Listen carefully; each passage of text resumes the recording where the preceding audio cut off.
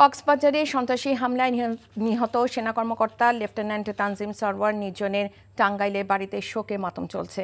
এই মুহূর্তে নির্জনের বাড়িতে আছেন আমাদের স্টাফ করেসপন্ডেন্ট মোহাম্মদ হোসেন। আমরা সরাসরি যাচ্ছি সেখানে। মোহাম্মদ, লেফটেন্যান্ট তানজিমের বাড়িতে কি অবস্থা দেখছেন, আর পরিবারের কারোর সাথে কি আপনি কথা বলতে পেরেছেন?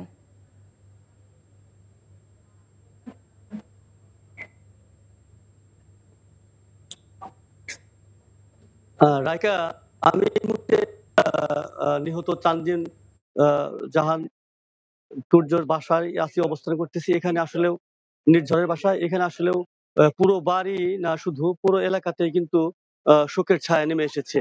সকাল থেকে এই খবরটি ছড়িয়ে পড়ার পর থেকে পরিবারের লোকজনদের সান্ত্বনা দেওয়ার জন্য আশপাশ থেকে লোকজন ছুটে আসছে। বলতে গেলে এখানে একজন একটা ব্যাপক একটা মানে শোকাবহ পরিবেশের সৃষ্টি হয়েছে।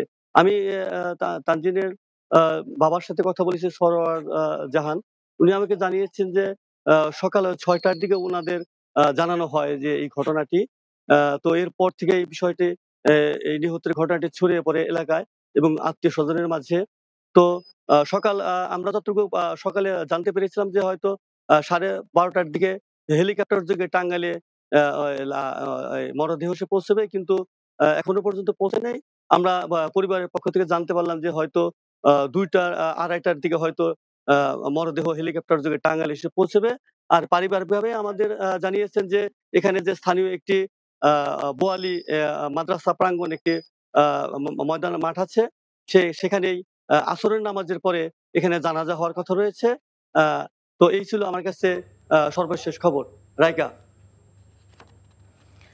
টাঙ্গাইল থেকে জানছিলাম সেনা কর্মকর্তার বাড়িতে শোকের খবর।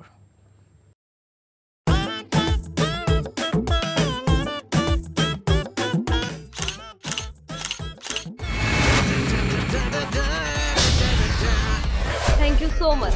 শুধু থ্যাঙ্কসই দিবেন, আর কিছু দিবেন না? যদি দেওয়ার মতো হয় সো যে কোনো কিছু। খুব খুশি লাগলো আপনার সাথে ডিল করে। Deal done. হ্যাঁ, 50 লাখ। বিউটিফুল। আমি চাচ্ছি এই থার্ড ডেতে তোমাদের এনগেজমেন্টটা করে ফেলো। এখানে তো রতন নামে কোনো কিডনি ডাক্তার নাই। আপনি চিটার বাটপারে পাল্লায় পড়ছেন। আল্লাহ রে, আমি কি করব রে, আল্লাহ রে আল্লাহ।